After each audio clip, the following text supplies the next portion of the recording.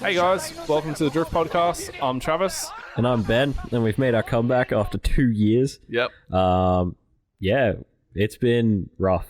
Yeah. I've actually missed doing the podcast, and we've had a heap of messages from people, which has been really nice. It has actually been super nice. Like, we've been really, really busy with just life and general things, and it's been super cool to see people send us messages saying we should come back. So here we are. We're back. Yep, that's it. We're in a new studio. Yeah. And it's pretty cool, actually. I did a lot of work getting it to the way it is. It's one of the reasons why we've taken so long, is having to move and then having to set up an actual studio that's decent as well. Yeah. Because to try and eliminate all the problems that we had as much as we can, it's been hard. If you listen to any of the other stuff, you know how many problems we had. Yeah. If you followed us from day one, you'd know that like every single episode was a problem. Yeah. So Trav's done some amazing work here. Like, we should post a photo when it's all finished and tidied up. We're just doing a few extra cable management things. Yeah. And you'll see like the amazing work he's done. It's ridiculous. We've got like, I mean, you can see the mics hanging off the wall. Yep, they're all if you're watching on YouTube. So hopefully it just leads to more consistent content without us getting frustrated, you know, for 3 hours before we try and go live. So, and the other thing you're probably noticing is that we're not actually live. That was a bit of a decision that we had to make at this point in time, until we are confident completely and 100% that the setup is okay. There is zero chance of us going live until then. And I know you guys like interacting, and we did really like that as well. It definitely added a depth to it, but it also added about 500 other things that could go wrong. So it's for the time being, it's probably off the table. But you know, hopefully one day we'll be able to sort that out so it's consistent again. Because as Trav said, it was super cool interacting with people while we were interviewing someone and just having other people's opinions and stuff. Like, super cool. So we'll work towards it again, but you know, is what it is. It is what it is. If you want us back, this is what you get. Yeah, look. Stoked to be back though. So yeah. So what have you been doing, Ben, in your 2-year hiatus? I have not done a whole lot drifting related. I've had some really annoying car issues. Mainly, actually, that's not true. I did drive a fair bit in 2021. 2021. And like, even 2020, not 2021. Yeah, no, I thought I did Noosa Hill climb and stuff in the 2021. I think that wasn't it? Yeah, it could have been early. Yeah, I did like Noosa Hill climb. I did a few like here and there events. Like, we all drove like QR a bit. That was good fun. Like, had a heap of fun with friends. Like, basically what drifting's about. Like, I just had like honestly the best time. And before one of our good friends moved down to Tasmania, he was hanging out a lot with us, taking some super rad like action film photos, which were like definitely some of my favorites, and we should try and post them more on our Instagram, because you know, that'd be nice. I looked at like our last post was like 6 months ago or something that. And I was but keep an eye out on the Instagram stories. Do try and put a little bit on there as well. Exactly. So did that. One of my good friends helped me put the A86 back together. He painted it and did a phenomenal job. I am super forever grateful. He saved that car. Like, if it wasn't for him, it wouldn't be where it is. It'd probably still be under my mum's house, T-boned. Yeah, because as people probably don't know, it was T-boned. Yeah, I'm sure I've mentioned it here and there, but none of the repairs really got anywhere until after we stopped recording the podcast. So the whole left side of the car got cut off, and I was lucky enough to find a full quarter panel cut down in Melbourne before they started actually making replica ones. That's the other thing. This was before they started making the replacement quarter panel, so it was a little bit harder and a little bit more nerve-wracking, because you know, it was at that stage where A86s were starting to get expensive, and no panels at all. Like, parts were hard. Like, you're looking at, you know, thousands of dollars for like late model Parkers, and they're just getting worse as it goes on. So and now we're at a point in time where you can even buy a brand new aftermarket redline center garnish. Exactly. And there's like multiple people working on them, which is insane. Like, you know, that sort of gives me some hope again to being an A86 being a bit more of a driver's car, because they're getting to the point where you can't drive them. Yeah. it's just ridiculous. And I'm sure anyone that's owned a Corolla and that actually drove it would come across as the same, takeaway, is that they're a driver's car. They're not something to really sit in your garage, because it's just, they're not the prettiest looking cars. Let's be real here. They're just cute. They're cute, but they ain't like garage queen material. But it's no 34 or 32 GTR. No, it doesn't have that prestige. It's a Corolla. It should be like rowdy and being thrown at things. It's awesome. Yeah. But anyways, so where we at? Yeah, got that shipped up on a pallet, and Josh was kind enough to do that all for me, and he did an amazing job. Fixed everything, even the damage from the truck hit that hit me out the front of my house. That was a whole other saga. That was, I got stooged really bad. Moral of the story is, if someone hits your car, make sure you get a stat declaration so they can't just turn around and go, oh no, it wasn't us. Take us to court if you believe it was. Because when you got other things going on in your life, that'll never happen. Yeah. But anyways, so that's all sorted, back together. I managed to get a half cage mod plated for it, and I'd like to do a few more events in it. QR just opened a skid pan, which will be really cool. I'd like to drive there in the 8.6 and the S15. Moving on to the S15, I snapped my timing chain in the SR20, idling out the front of my house. And the quick rebuild that was supposed to get... right. Like, I've never heard of an SR20 timing chain just snapping on idle, and happened to me. So, come on, man. I was devastated. At idle. Like, I was checking for a different problem. Like, shameless plug on our video. Go look at ignition issues, and was like checking coil pack stuff, and I went to go turn my car on, fired up beautifully, and then bang, timing chain snapped. How's that? You fix one problem, another one starts. And I mean, I suppose you could blame that on it being a poorer quality timing chain that was used. Yes, so not maliciously by the no, it wasn't. It was like, I mean, how would you know? But like, I really feel like that's a proper reason on why you should always buy genuine timing chains, or like HKS timing belts and stuff, like good quality stuff. Like even like a high, like at least a decent Gates one. Yeah, like a Gates belt. Quality, reputable brands for 100% components like that. Yeah, because like the rest of the engine was okay. Obviously, like, I pulled it apart and everything needed to get machined because it's alloy on alloy and it's just made of butter. But yeah, the quick rebuild turned into taking 6 months just because, parts availability is trash and everything. So do it once, do it right. Hopefully this time will be a better round. I picked up a genuine timing chain and a Nitto head gasket and did valve guides and seals and stuff, new tensioners, and hopefully it'll be better. We got it running yesterday. Big thank you to Kyle and Brendan for all their help with either getting the engine, machined and cleaned and pulling it out, or helping me put it back together and keeping me motivated. I really do appreciate that.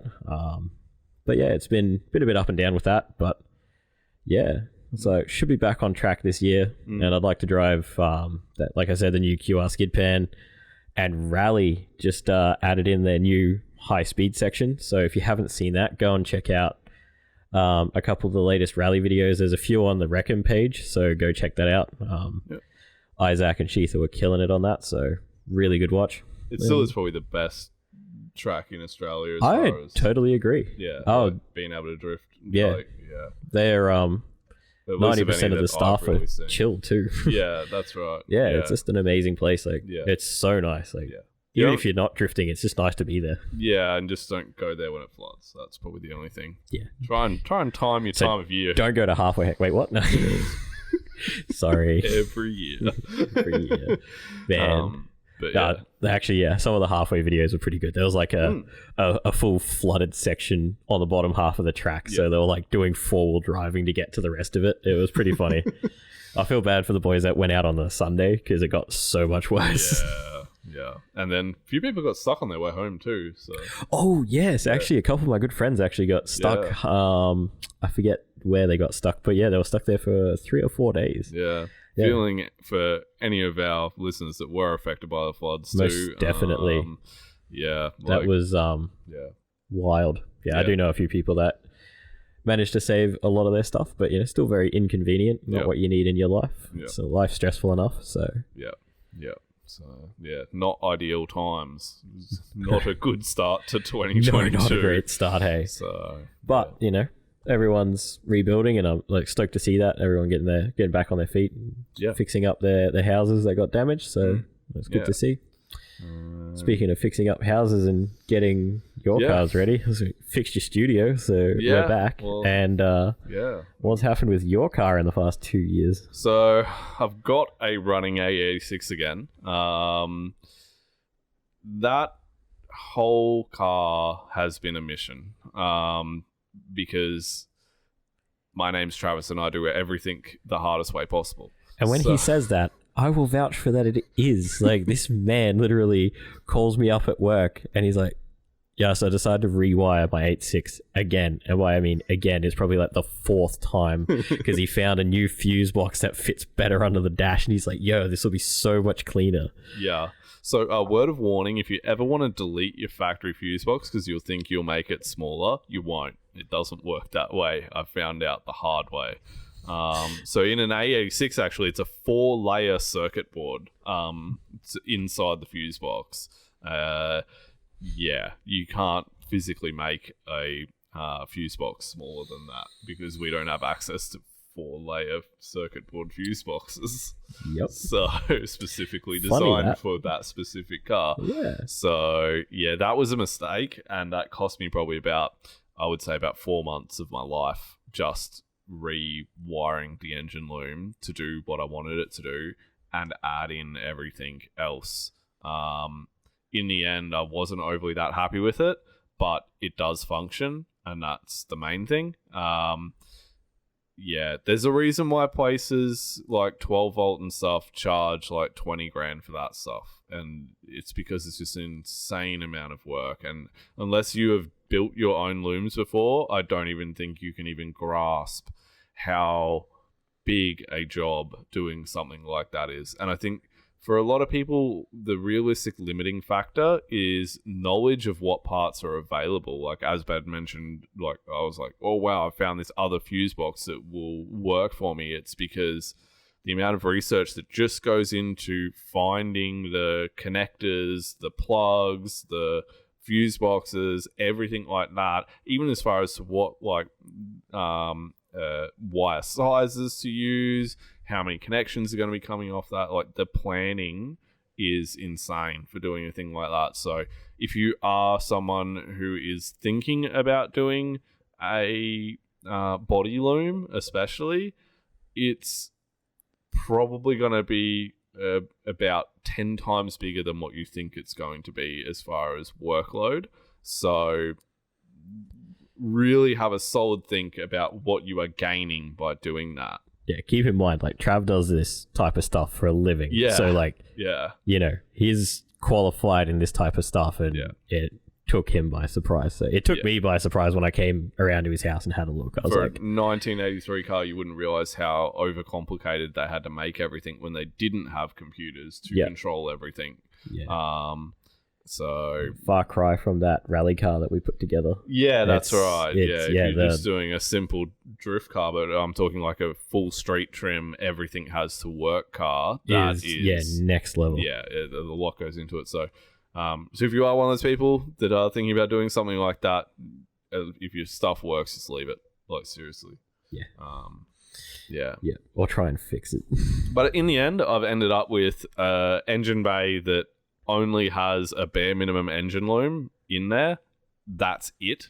Other than an all tucked wiring for headlights and everything, I have nothing else in my bay other than the booster and brake lines and stuff. So even I've ended up being able to tuck under my the catch can. It's all hidden under the inlet manifold. Again, when you're starting to do stuff like that with tucking wiring looms, tucking engine components, things like that, it becomes at what point do you draw the line? Like, where do you stop? And that was the hardest thing for me, was eventually drawing the line and going, I cannot do any more of this, or this car will never ever run again. And I just eventually ended up just drawing the line and going, this looks good enough. This is how it's staying for now. Maybe in 10 years I can do a bit more, but for now I need this car back on the road. It's been long enough. So overall, I'm happy with it, and I think it turned out decent for really doing that level of work for the first time on a car. I've learned a lot for next time. And please never let there be a next time. Well, speaking of next time, I will be bringing over my R32 Skyline from Japan. So if anyone has hookups for bringing cars over from Ebisu, hit me up. I'm currently getting quotes. So yeah, I need to get my Skyline over here. That will be a fully tucked bay car as well. So yeah, so we're in for round 2. But the 8.6, we took it to skid control day only about a month ago or so.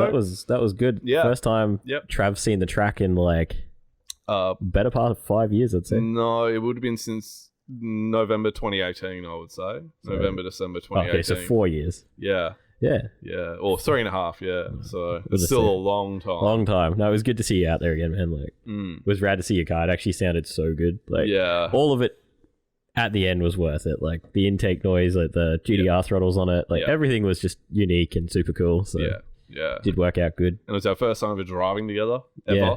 I know, too bad they didn't let us do tandem. So I was like, there was like this plan we were going to do because they had a roundabout at the skid pan, and we're like, yo, we're just gonna get both 8.6s out and we'll get like this mad tandem photo. Yeah. And apparently like 2 events before there was some other dudes that ruined it for us, so yeah we're looking to QR skid pan to get our tandem photos. one day. But it was a good event. I strongly advise people to consider it. 100%. Like, I went in there with very low expectations just because I've had a few friends go, and I think, obviously, if you show up there and you're super respectful to the people running it, they'll probably be a lot nicer to you. Yeah, like, have a muffler. Yeah, like, you know. Yeah, that's probably the main. Yeah, if you show up and you're just super chill about it, towards the end of the day, they were letting us get rowdy, and that was fine. Like, you know, we weren't purposely trying to hit things, or just, you know, running the plastic barriers and having a great time, and they were super chill with it. So, yeah, no, I was pleasantly surprised. I wasn't expecting it to be that good. Yeah. Mind you, they do have restrictions on like external gates, so drift cars are a bit, if you got a turbo one, obviously a bit harder to get around lakeside sound restrictions, but still, just as long as it's plumbed in though. Like, who plumbs it in? Yeah, I mean, yeah, it's fun. But no, that was a good event. Super rad to see both our cars running for that. Yep.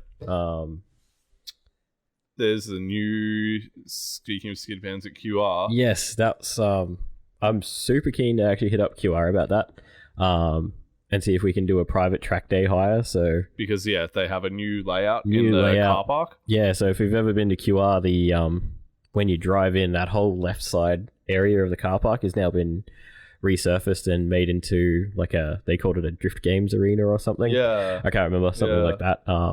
But looks super cool. We could probably, I haven't gotten the layouts up on Google Maps yet, but I'd say you could recreate like a Mayhan style entry. Like I think that'd be really cool. You'd definitely be able to do like a Mikawa Sportsland style S-bend into the U-turn and running the wall, which would be, again, really cool. We don't really have cone tracks here in Australia. I know that's pretty popular in America, and I think when I initially got into drifting, I was like, oh, that seems pretty boring. Why would you want to do a cone track? And then I realized you can just have whatever layout you want. You can force like closer driving, or you can have like a little bit more of an open course for higher speed stuff. Like, it's actually really versatile, and I've definitely come around on the idea. As a driver anyway, just something a bit different, which would be nice. Super keen to see if they'll do a private track day hire and then just go out with like a bunch of friends and see what we can do and see what we can lay out. It'd be fun. Yeah. See if you bring your 8.6 ounce skid to dry. Speaking of, we're really on the money for segues tonight, but speaking of like resurfacing and doing little skid pans, Ebisu Circuit has resurfaced school course. They also resurfaced Manala. Oh yeah, we don't talk about that one. Yeah, this has been a good episode for segues. Okay. I love Ebisu. No, like seriously, I love Ebisu. Yeah. But the last two decisions I hate. School course was like, I don't know. The first video I ever feel watched, like you could cone out the same layout. No, it is not the same though. Like, you don't cone out the layout at the same track. Like, you don't go to the QR skid pan and be like, you know what I want to do, turn 6. But you know what really sucks? Spending 3 or 4 hours of your limited time at Ebisu fixing broken rack ends and stuff like that because you tear it out on the 30-centimeter drop-offs. Get good scrub. Hey, Pen, why don't you actually drive it Ebisu for once? Gaijin's ruined it, Trav. Speaking of Gaijin's ruining it, if people could start cleaning up their stuff when they freaking leave Matsuri. I'm not about calling people out for like dumb things. We don't know exactly who it was. No, we don't know who it was, but it was... whether it was Japanese, whether it was Americans, whether it was Australians, I've seen everyone leaving rubbish there before. So I think that just comes down to any track, really. Like, it's happened at Archie as well. Like, you know, I imagine it happens at QR too. Yeah, like they put on a venue for us to drive. Just be respectful. Hey, like, if you're sick of the venue prices going up, stop making them have to pay for cleaners. Just saying. Hey, like, no. But anyways, back to Ebisu. I don't like school course the way it is at the moment. Like, I get it. It's safer, but I think all my memories of watching Ebisu videos was when there was like, meter long grass coming out of the center of school course, and it wasn't all crumpled beer can cars. It was just like, a taillight missing or something, and they were just running like super close tandems, and they're all on like snow tires that lasted forever. But like, I think the old school course definitely was just a vibe that you probably, I don't know if it would still be there or not. I haven't driven it. But it just doesn't look as aesthetically pleasing as the old layout did. I'm keen to see what they do with it though, as far as like what kind of layout they run. Yeah, I wonder if it'll be like the Kura land where they do like, actual proper beginner stuff, because I doubt you'd want to go to school course as a beginner. Yeah. That track got rowdy very And I mean quick. like, and that's the thing as well, is if you want to have young people, because like a big thing for people who haven't gone to a Ebisu Matsuri is there are genuine young Japanese people that bring their FT86, GT86, whatever you call them, BRZ, to there to learn how to drift at Ebisu Matsuri. You wouldn't think so, but they do. And then obviously all day during the week and on weekends, they're also coming there and hitting up school course. And if you want those guys to stick into it, they need a safe spot where they can still drive their car home afterwards. Yeah, I mean, I guess that also ties into, the rising cost of rear-wheel drive cars. Yeah. You can't deny, man, like, it's gone up. It doesn't look like it's ever going to come down. Yeah. Like, talking of segues into GT86s at the moment, I initially was like a bit on the fence about them, but I think as time progresses, they've come a long way with like aftermarket parts and panels and everything. I think it's actually really cool to see people starting to drive them as like a stock form car a little bit more, which is really nice. Like, because they seem to be a somewhat capable chassis. Yeah, they seem to be good. I mean, they've won FD a few times. Yeah, but I mean, even in like a stock form. Oh yeah, like, So yeah, it's good to see like people bringing them out to Ebisu and stuff, because obviously you think of Ebisu, you think of like Sylvia Skylines and the unmistakable sound of a Huanje. Yeah, because it has been for like the last 2 decades. Yeah. And those are now $30,000+ cars. Yeah, right. Like, I sit here and go like, fire, if I painted my S15 and, cleaned it all back up and made the thing look nice again, it'd be like a $50,000 car. I was like, wow. Yeah. I don't want to throw that at a wall. Yeah. Like, it's ridiculous. Right. That used to be a house deposit worth. Yeah. Hey, houses have gone up just as much. So sold a couple of them to get a house deposit. Yeah, like, it's just game over for me at this point. Whatever. Let's get buried in my Corolla and it'll be fine. Yeah. But speaking of Ebisu, continuing on, I guess, Yeah. How do you Minami. feel about Minami? I am so glad that I got to drive that while it still existed. I am actually devastated. Yeah. I mean, Minami is not one of my favorite tracks ever, but it is definitely one of the most iconic, and I would have loved to have driven it. Yeah. It's a bit sad to see it. I mean, technically, the way it stands, I could easily just resurface it. I figured when they said they were gonna tear it down, they're actually gonna tear it down. Yeah.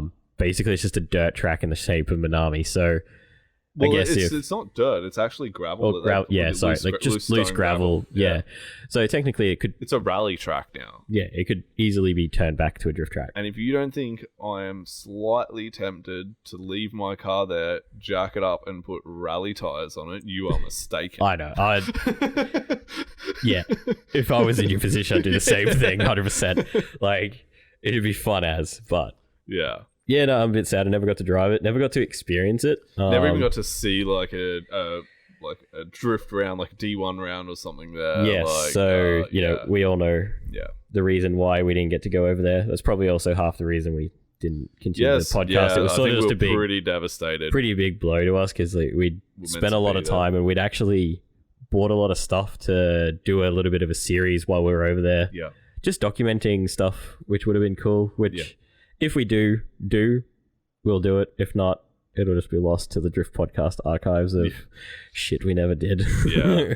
But I'm hoping to actually go over there later on this year, but we'll see.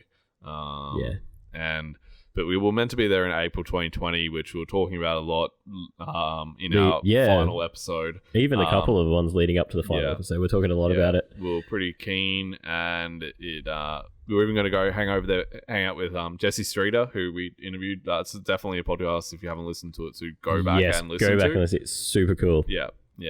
Man behind all our parts. Yeah, that's it. And like, it was just something that we were really looking forward to, and then everything in the world happened, and we didn't get to go. And I think that was just one of the other things that really ended up affecting us doing the podcast. Oh, 100%. Like it definitely hit me pretty hard because like I work a lot. I work 2 jobs to try and pay for my cars and drive and pay for rent, pay for bills, pay for everything.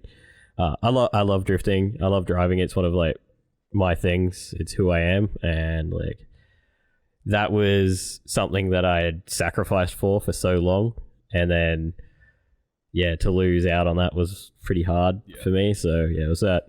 It sucked overall for everyone, and I'm not trying to take that away from anyone, but it was hard to come and try and do the podcast after that. It was just sort of like everything crashed down, and it was terrible. So but is what it is. It is what it is. So still go to Japan at some point and hopefully visit some friends over there. Love to see Angelo and maybe Rob. If you don't follow him on YouTube, you should. It's Slippery86 and same on Instagram. Do post some cool stuff. And Jay as well. Yes, and Jay. Definitely Jay. If you go listen back to one of our previous ones, we interviewed Jay. So. Yeah, super cool stories, man. Like, dude's a legend. So definitely looking forward to going back over there. If it's this year with Trav or next year, but try and work something out. Yeah, that's it. And I don't know how much has really been happening with other Japanese tracks. Like, I don't know how they have coped through COVID. Well, like they Sunrise Circuit, like Skirma Circuit opened, and they seem to be very popular. True. Yeah, Alexi drives there a lot, so Yep. I think pretty much anyone that listens to our podcast would be watching Doriaro because everyone relates with us, and we all grew up watching Doriaro and Alexi on all these old drift videos on how to drift and stuff like that. That track looks awesome fun. We downloaded it on Assetto Corsa and jam it a lot. So that definitely took off. Nico had a few renovations. I think they did something with the ripple strips on the little chicane. I can't remember exactly. Other tracks probably like Meihan and stuff, because they're in that more southern area, further away from Tokyo major cities and things like that.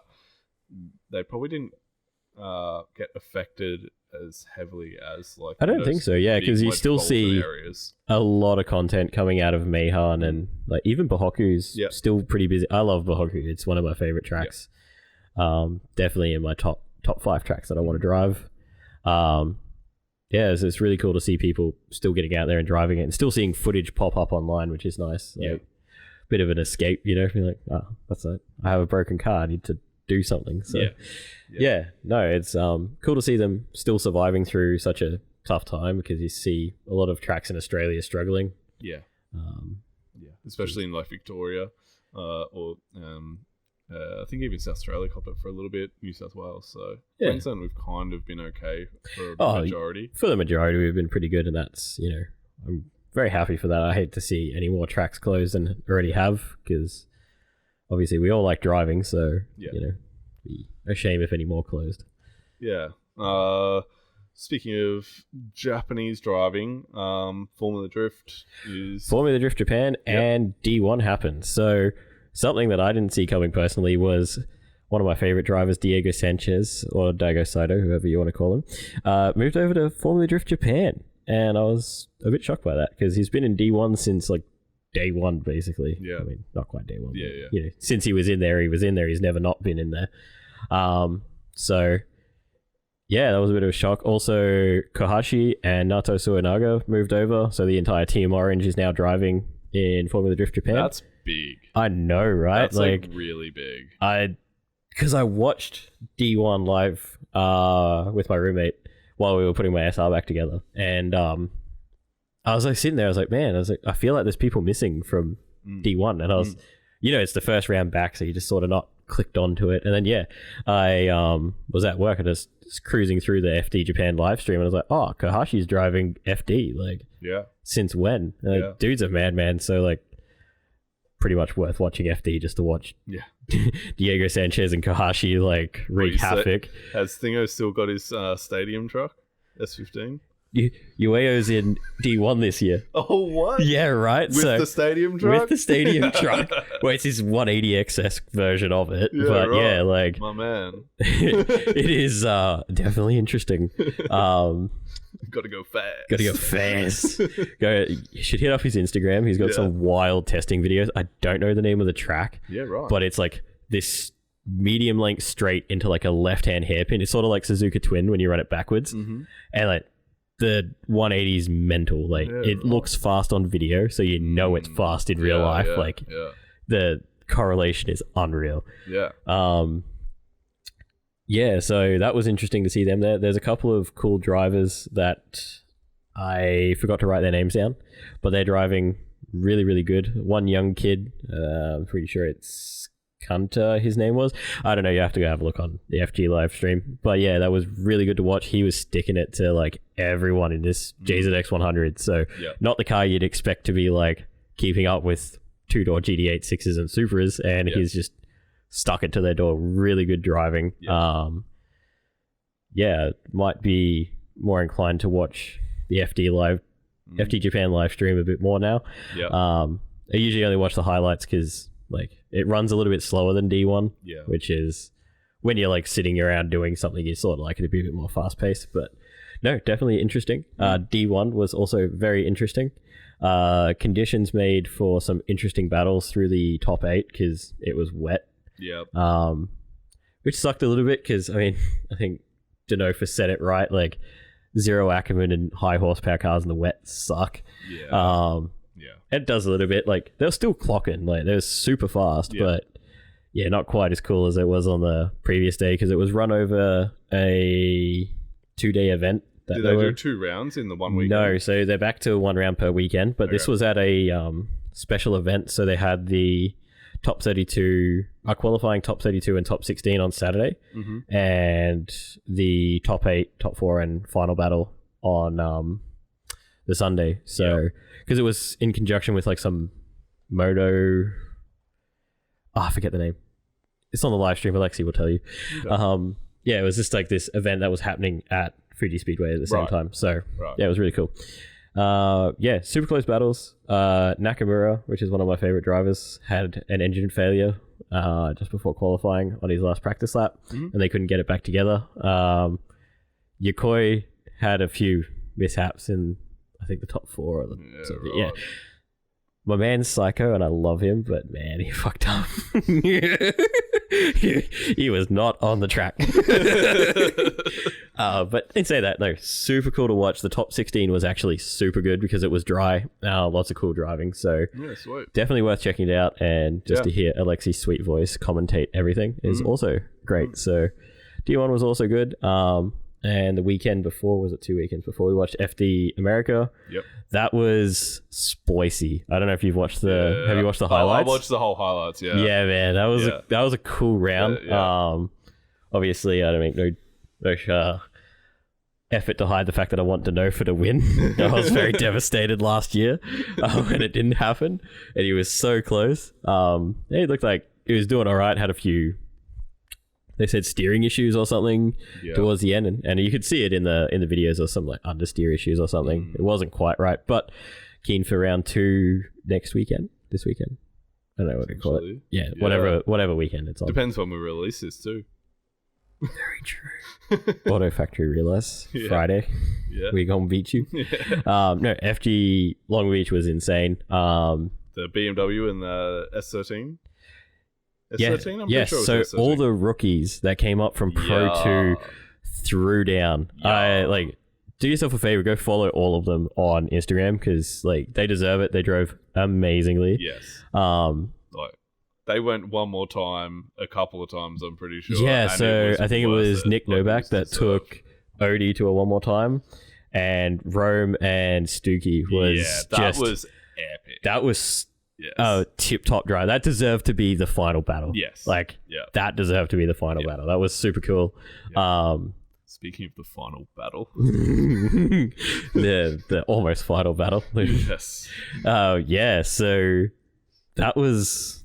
I feel like it wasn't intentional. It didn't look intentional. It was one of those things, and I think Frederick just got a little bit too close. Yeah. And it's always been a bit of a rivalry between those two, and it's when you have something like that, you obviously push very hard, and I think that's all that happened was Freddie pushed a little bit too hard. Yeah. I he admitted he doesn't want to be that guy. Yeah, I mean he apologized. Credit to him, he stopped straight away and got out and checked that Matt was okay. Understandable. Matt in the moment could be pretty pissed off, and it's Matt. Like we all, it's Matt. Get it, but super cool round all in all. Ryan Turk definitely. I can't say that he didn't deserve it. He drove amazingly the whole day. I'm looking forward to Atlanta. Odie did well too. Love Odie. Yeah, such a nice dude, man. Odie did great. Yeah. So obviously coming off third position last year. So it's like recap news. Frederick won last year, Matt second, and Odie third. Yep. And my boy Denofa fourth. Devastated.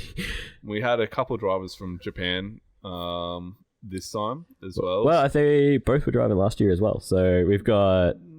I don't believe he was able to get over with the green S14. No, Masayama drove. He drove last year. Really? Yeah, because Kyle and I were sitting there because we make only a point half the rounds, maybe? No, he drove most of them. I'm pretty sure. I think it was only one or two rounds where he had like some engine issues. Maybe I'm thinking 2020. Maybe 2020. Yeah. Masayama and Taguchi drove phenomenally. Good to see them drive. Like totally different style of driving to Japan. It's apples and oranges, and when I was younger, I was definitely like, American style drifting's a bit shit. But I've grown up. I've grown up, and I drove like a proper setup drift car, and then I was like, shit. I understand FD, and then you try and take points from like D1 SL and like FD cars, and you like try and make something in between that is quick but reliable and fun. Like that's the main one. But it's super cool to see those guys doing well. Taguchi drove amazingly towards the end of last year, so I feel like both of those guys, like when they're on point, they're on point. 100%. Like 100%. So it's just getting comfortable, I think, is and with everything that would have been going on even through COVID and stuff like that, Oh, definitely. it would be hard to focus. Oh, 100%. Yeah, and I'm pretty sure Masayama is driving FD Japan as well as FD America. Right. Because I was watching... it's a separate car. It is a different car. Yeah, I know. It's a separate car. Yeah. I think he's actually driving a GD86 or GR86 in FD Japan. Don't quote me on it. Right. I was watching highlights. I've had a busy week, so I was just cruising through FD Japan highlights at work. Don't tell my boss. Yes, getting paid to do nothing. Bleep that one out. Yeah, bleep that one out. Bring your drift cars to Bob Jane Redcliffe. Nice. Go get a phone call from head office. Yeah, awesome. that's right. Yeah, it's good too. And it was W Masayama, and he was in a GR or GD86, and I was like, oh wow. So it'd be. Was it green? No, What? I can't remember. I think it was I'm a not sponsored car. I'm not about it. Oh, chill out. All right. Jesus. But yeah, it'd be cool to see if that is Masayama, or if there's someone else with the same name. So, I'll have to go through and actually watch it properly and listen to. I think it's Robbie Nishida that commentates. So he usually knows everything about what's happening there. So which 100% like go follow him on YouTube. Like Robbie is pretty cool dude, and he makes some pretty good content. Yeah, too. Definitely has some it's different unique perspective. Yeah, as someone who grew up there. So, 100%. Definitely. The his drift scene is interview- very lucky to have Robbie. Yeah. Put it that way. 100%. Yeah. So his interview with like Shoutrug was super cool because I grew up watching Shoutrug's videos back when he had A86s, and it was like ghetto, like the most ghetto thing you've ever seen. He's like, the title was A86 rust repair, and then the rest was in Japanese. I'm like, oh, I want an 86. I'll learn how to do this. And my man's like literally gets some tin foil and like runs the seam of the boot with tin foil, and then just gets a can of bog and just covers it. I'm like, I don't think that's how you're supposed to do that. And then he throws his wife in the car, and it's like, my wife learns how to drift A86 ever through school circuit. I'm like, dangerous. Danger zone. Man, like, I remember watching all those videos back in the day, like when I was first getting into drifting, and like my dream car was an A86, because I found like an old video. I actually saw one in real life, and I was like, I had no idea what it is, and I really wanted to find out. Yeah. And then I was watching One Gun videos, and then this red 86 and S13 were like drifting this mountain road in the thumbnail, and I clicked it, and I was like, yo, that's the car that I want. What is it? And I just started like going through the comments, and I saw like A86 pop up like 3 times. I was like, I'll Google that. And then that's where my obsession for the A86 came from, was a little red. Are you saying you didn't get obsessed from Initial D No, band? I didn't actually find Initial D until after. Really? Yeah. Okay. So I found that video of that red 86 drifting like a wet mountain road in broad daylight with like a 2-tone S13, and I thought that was like the coolest shit. I was like, man, that's awesome. I'd love to do that.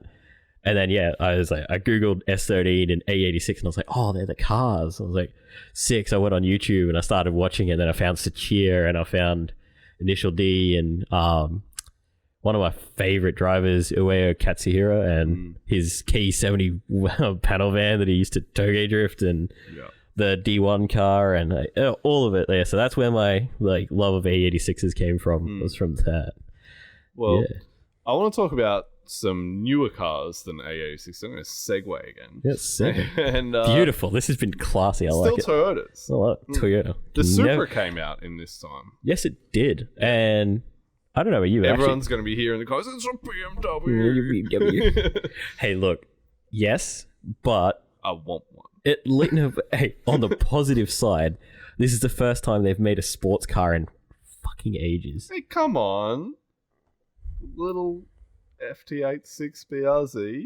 Yes, but that was only a continuation on. Up until the 86, what were they making? Mate, they Yep. When did the Chaser get stopped making? Yeah, that's it. Like, that wasn't even meant to be a drift car. That wasn't even a sports car. Yeah. It's supposed to be luxury, and then all you guys are like, hey, so these things go hard at Eversea, let me jump it. Until you slightly tap the rear and it folds into the back seats. Yeah, man, they are soft. We'll confirm. We pulled Kyle straight with like a ratchet strap and a Lancer. It was amazing. It doesn't take much to bend the rail either. Yeah. It's scary, man. Yeah. Like, I slammed my 8.6 into a embankment in the wet for no particular reason, and it bent the boot floor, and that was it. Yeah. But we pulled the rail back down with like a huge ratchet strap, and you'd never know. Yeah. There's like a slight curve in the boot. It's ridiculous. And then you get a GZX 100 that tapped it lighter than that, and it sent the rail like straight up. It was, yeah. But yes, Supra came out. I'm about it. And they also just released a manual one. Yes. Well, actually, no, I say that. They just announced they're going to release a manual one. Yes. Which is cool. Like, I know that's a bit out of like my price range, but you know, things depreciate. I can wait. They do. Yeah, I can wait. Well, the things depreciating, like 8.6s are actually getting affordable. Yes. The other things that are somewhat affordable now is the 370Z. And we're about to get the 400Z, which is going to be factory turbo. Twin turbo. Twin turbo. Twin turbo scares me. Nissan and their twin turbo scared me a little bit. Yeah, look. But not as bad as Toyota and their twin turbos. Look, but at least it might quiet down that VQ engine note. So... yes.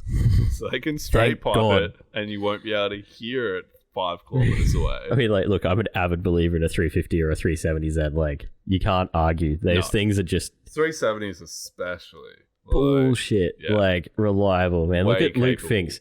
Go and like watch Luke Fink's channel on the 370 and the 350. Yeah. Like, it's ridiculous, man. Like, you can't argue with it. The value for money is unreal. Yes.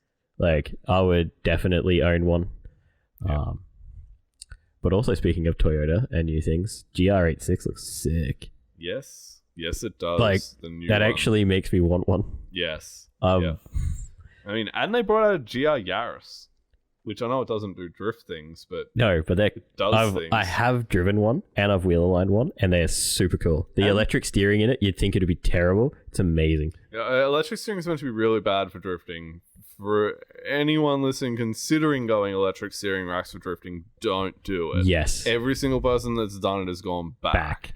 Yeah, I mean, like, the only cars that I've seen make it work are, like, factory BRZs and 8.6s and a Mustang with some work. Yeah, but then you got to, like... It's a different... engineers that know how to reprogram that thing to make it actually function. 100%. So, yeah, don't convert your shit to electric power steering. Yeah. Just do it. It's a mistake. But yeah, the new JR86 looks amazing. Mm-hmm. The other thing that I have like a real big soft spot for is the GR Corolla. Yes, dude. Yes, that should have been the 8.6. Yes, the GR Corolla should have been the GD86. Yeah, like I'm straight up like just a 2-door version of that. Man, it sell like hotcakes. And hasn't someone already put one of those GR Yaris motors in an A86? Yes. I watched the YouTube video on that. Like, the shop's super cool. Like, he's got so much random stuff. He's got, like, a rat rod thing with, like, a huge V8 that they're putting, like, conversion EFI on. And got, like, a couple of Zs. 32 GDR or 33. I can't remember, something like that. Heaps of stuff on the hoist. Like, super cool shop. Dude seems like a gangster, actually. He's just, like, super chill. I'm sure if you... just YouTube GR86 Yaris engine A86 it'll pop up. The guy that did the video spoke English, so he was translating everything, so you get like 99% of everything, which is really cool. Check it out. Interesting. I still don't like turbo engines in 8.6s. I'm glad you went NA. Came back to the good path. Turbos don't belong in Corollas. Only NOS. They serve their purpose, but turbos and 8.6s are a no. Yeah. If you want to go fast, you put NOS on it. Hit it with the silly gas. Laughing gas. Yeah, boy. Yeah. I don't think there's any other... I mean, like, there's not really many other cars. I suppose, like, Corvettes are becoming more and more popular these days. Hey, so, I don't know if anyone else watched Drift Week, but I think Drift Week's awesome, and like shout out to Lone Star Drift, like super unique idea with like challenges and everything like that, like really cool idea. And I'd love to one day have enough money to go drive Drift Week, because that'd be cool as But it was literally Corvette week. Yeah, right. It was just Corvette So it's week. basically just drag week. Yeah, it's just turned like, you know how like the drift week before was just 350Zs. This drift week's just all Corvettes because they're sick, so though. fast. Yeah, like that's sick. and they are. Like, look, Matt Field in his is like developed so much, and that's like all trickled down now to like you know, the understanding of the chassis and making it work. So really, really cool.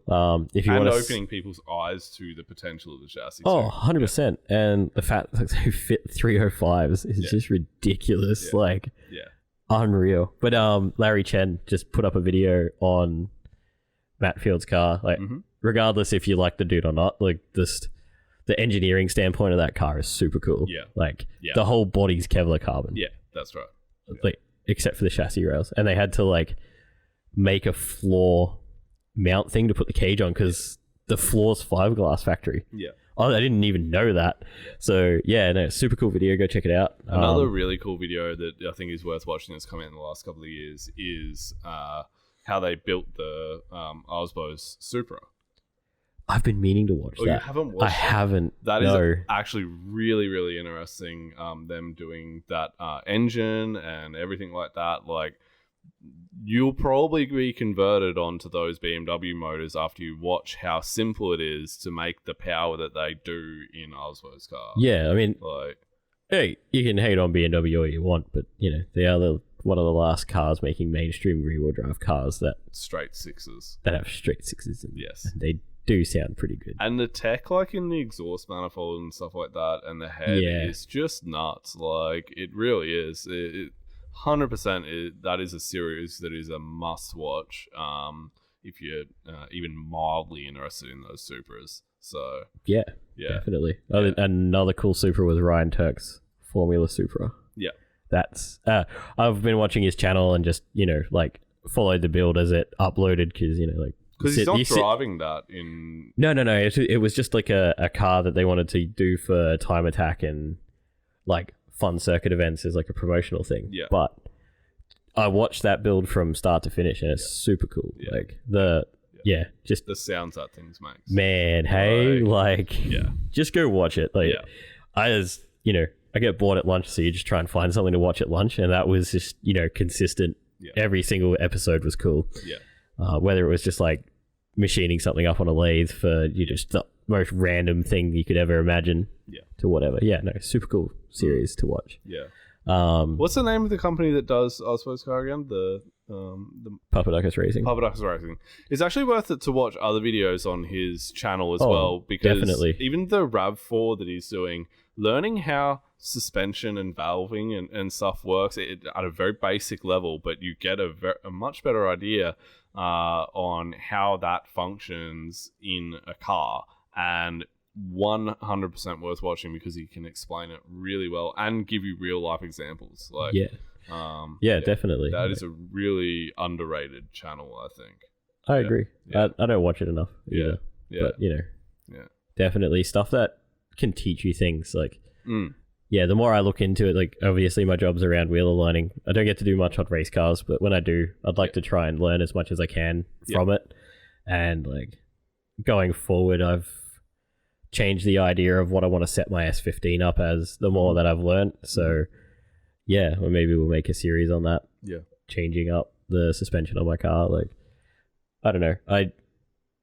The more you learn, the more you want to try things, which is cool. And I think trying things is the right way to go. Like, especially on something as easy as like your coilovers. Yeah. Because 9 times out of 10, you're not completely changing your spring rate from like a 12 to a 4, so you have to change shocks. You know, you're just making small changes. So you can still keep your shock and just change your spring rate, or muck around with your dampening. You know, just stuff that you can try in person and have fun with. I think is totally reversible. You know, you're not, you know, throwing a turbo on and spending thousands of dollars on dyno time, and you know, you're not out driving. The suspension's good. Nice and fun to fuck around with. And I think segueing into another really good YouTube channel to motivate you, I think, as well, is Juicebox for You. Oh, dude. Love the boys. Yes. The lads. The lads. Yes. Yes. Yeah. Watching like Ruben being able to drive in Gatville. Gatville, yeah. Yeah, is and the ice drifting. And the ice drifting. And stuff dude. like that. Like, if you guys do and then not street watch driving that back channel, as well. That was a good episode. Yeah. But like, yeah, also the watching Japan in a van. Man, that was such a good series. The Juicebox View is probably I think it is the most underrated channel. Yes. Like the fans of that channel are like there because they love it. There isn't any like anyone that's got like no one has a negative thing to say about Juicebox View. Even just, people that don't even like A86s like Juicebox View. Yeah, it's gonna shout my roommate out here. He absolutely hates, and I mean like hates Corollas with a passion. Yeah. And he loves watching Juicebox. Yeah. It is amazing. Yeah. And it's just they're just funny people to watch. Yes. And it's and it gives an insight for us and even Americans of European drift scene too. Yeah. Like the fact that you can drive to another country. Yeah. Like that is mind blowing for me. I know that even in America you can drive to other countries like Mexico or Canada. Yeah, but no, like for us in Australia, like so because I lived in Germany for 3 years, and you can literally make a day trip and go to another country. Yeah, that's and it's just like it is what it is, you know, and it's not even a big deal, you know. You just there isn't a checkpoint. You just have your EU plates and your driver's license just cruise through. Yeah. Nuts. Yeah, it's ridiculous, eh? Yeah, and he actually, Ruben actually drove his Laurel, yeah, man, to Gatville and then back to Ireland, like RFB. It's just nuts, like nuts. But I think the other thing I really love about Juicebox is Neil's just a regular dude. That's right. All of them are just normal. Regular dudes. Like, I don't say normal. They're Irish. They're, I love Irish and people. And they like 86s, so they're definitely not normal. Correct. But Correct. Yeah. But yeah, like it's easy to get caught up in, and a lot of like I don't want to sound like coming across wrong here, but a lot of my younger friends come in and they watch people, like Adam LZ and TJ and all those guys, and they're building these insane it comes under seat time cars for them, but it's not achievable for people like us. I was talking with one of my ex-workers, and he was saying, he's like, people watch that and they think it's achievable, and it isn't. It isn't. No. Like, and don't get me wrong, That's love YouTube money stuff. Yeah, like I love watching it, but you just, sometimes you got to take a step back and realize that as a regular person, you can't shell out, like $70,000 on a build in like 2 months. Yep. And make it achievable and make it reliable and drivable. Like you look at how many of those cars end up on the dyno like 3 times after that video. Yeah, in the background. They have their own dyno.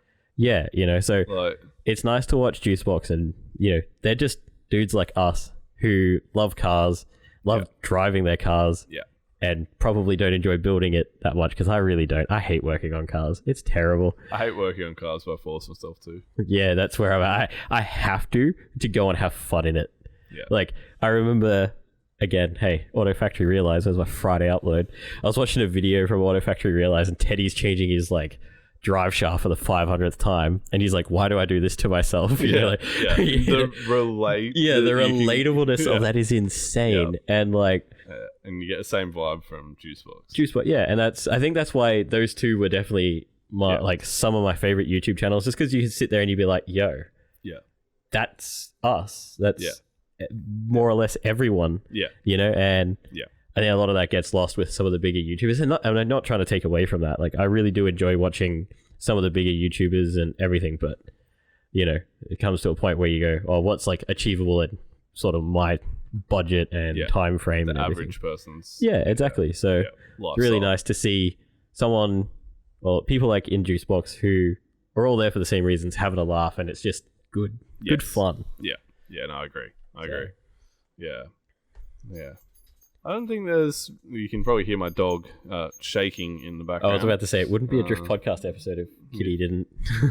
My Shiba Inu that turned 8 this year, by the way. Old dog. Doge to the moon, but... Dogecoin didn't pay for my drift car. Damn it. We're Lambo. That's... When moon. But anyway, James Dean is driving RDS Yes. That, like, yes. I don't watch it very much because I don't know. Is he allowed to with these sanctions? I actually have I don't know. idea. Yeah, I have no idea. Did I get shit canned or what?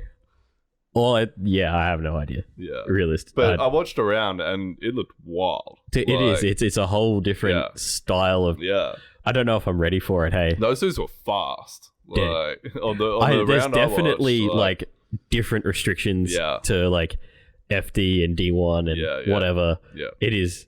I think it's sort of like a free-for-all. Yeah. And it is nuts. Yeah. Like... Yeah. And you guys can, like, follow Russian Drift Series. Oh, they won't be on Facebook anymore. I followed them on Facebook, but they're probably not there anymore without a VPN. So I don't know if we can look at anything from RDS. You can usually...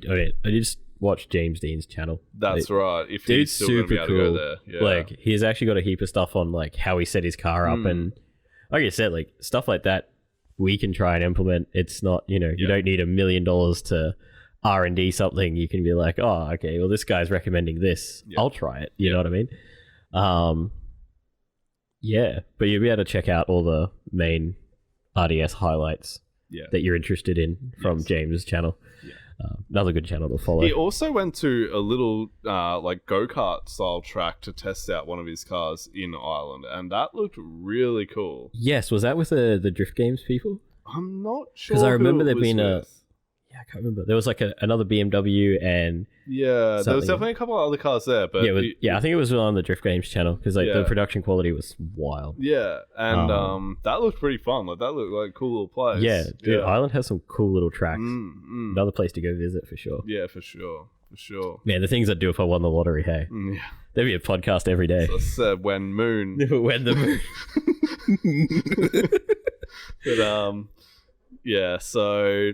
Definitely keep an eye on those YouTube channels. They're worth it. 100%. Yeah, definitely worth a watch. Just makes you feel good because. And if you guys have recommendations, definitely just comment that. Yeah, 100%. And I really also want to say, like, and I know this comes across as preachy YouTuber, but these days for us to get any bigger, you guys like actually pressing like, commenting on our stuff, those two things, like subscribing doesn't even make that much of a difference these days, and pushing other people to subscribe or anything like that. It's interaction and you guys watching videos. So, put it on in the background or whatever if you can. But interaction and stuff like that, not only does it give us more to go on. Like a more pressure to force us to do bully more us uploads. to keep making episodes. This is great. Maybe be a little bit more mean in the DMs. Hey, like make sure we stick to like an upload schedule. We haven't decided. Like, where's it at? Like we haven't decided what schedule we'll do yet. But, like it's definitely going to be minimum once a month. But I think we'll probably try and do 2 a month.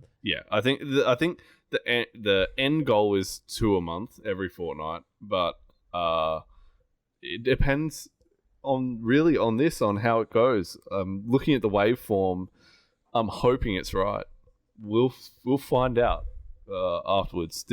We might have been recording for over an hour and have nothing. So it wouldn't be the Drift Podcast if something didn't go wrong. Seriously. So, but your support really does help as far as that goes. We'll do the best we can. 100%. Like, really, really appreciate all the messages and comments and everything like that. Like, makes a big deal. Yeah. So. And if you guys have topic recommendations, if you guys have insight, if you're in another country and you have insight into drifting in your country, we're more than likely happy to talk to you. So hit us up. We'll do an interview. Like, seriously. Like we're always down to talk to people, man. Like, I think hearing people's stories from like everywhere in the world and just how you got into drifting and what your mindset on it is. You know, we've spoken to the people from Malaysia, the UK, America. people in multiple. We've spoken to Japanese people in Japan, Kaicho, and, that running was 386. That was a wild episode. That was a wild episode. Streeter, Jay, like we've spoken to plenty of people across the world, but we're always looking for more. Give us your story. Like, that's it. If you are keen to jump on and have a chat with us, like, send us a message. We'd be down. This studio thing looks like it's going to work. Pretty professional. Like, we're that grassroots podcast. Like, so we want to be giving you guys the content that you guys can relate to. So 100%. But so I think we'll wind it up there. You've forgotten one thing, Trav. Have I? Yes. What dyno numbers? So if you've hung around for this long, you get the juicy stuff. Okay. What did your 7AGE make? I want to prime this by saying so the excuses are starting now. The excuses are starting. I bought those camshafts secondhand from an up garage, not knowing where they came from, what their history was, or what even settings to put in them. So actually, Jay hit up Toda for a photocopy of the old, and I mean, like, they faxed it to him, of the old thing of what they thought the cam might be. Cool. So big shout out to Jay here, because he went above and beyond. so big appreciation Toda for that. And then the other one is a HKS cam that I was just guessing on. Now, the tuner did say that there is a compression issue, and it's due to timing being out to suit those cams. So, but it didn't even crack 100 horsepower on my 7AG. It got 99, the dog. And so, 99 horsepower. So, I do want to look at it one day and try and go over the cam timing, get time on a dyno. But if you guys have never had a car dynoed before, it's about $200 to $250 an hour. So you want to have most of your issues sorted before you drop it off. That's right. So unknown cams with unknown cam specs is not a cheap time on a dyno. So, and honestly, I feel like when I drive the car, it has more than 100 horsepower. It doesn't feel slow to me. So, for a full street trim 8.6, we still need to have a drag race. We do. We need to settle this score. Yeah. But, I'm just going to air down so much. I've got an F series. You're screwed. I'm going to go for like 8 PSI. You think you have power to spin the tires? Man, like, I can barely skid off the line in first. Come on. I don't care.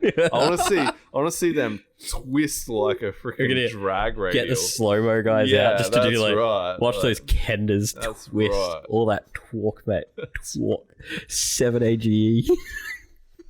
I think 1.8. 1.8. No replacement for displacement, mate.